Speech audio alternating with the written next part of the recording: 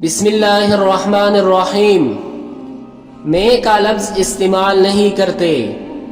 انسان کے اندر سے میں بہت دیر سے نکلتی ہے، اس لیے مشائخ کرام اپنے لیے میں کا لفظ استعمال نہیں کرتے، بلکہ فقیر اور عاجز کا لفظ استعمال کرتے ہیں۔ یہ فقیر بھی اپنے لیے انہی لفظوں کو پسند کرتا ہے۔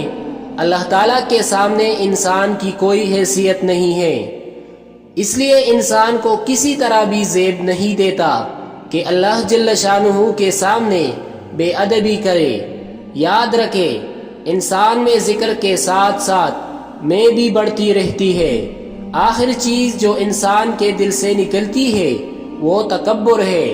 بڑا بننے کی خاطر انسان ذلت بھی گوارا کر لیتا ہے۔ یہ اسمبلی کے ممبران اٹھ لینے کی خاطر لوگوں کی وقتی ذلت بھی اٹھا لیتے ہیں اور اس کی پرواہ نہیں کرتے اور بعد میں کوئی خبر نہیں لیتے۔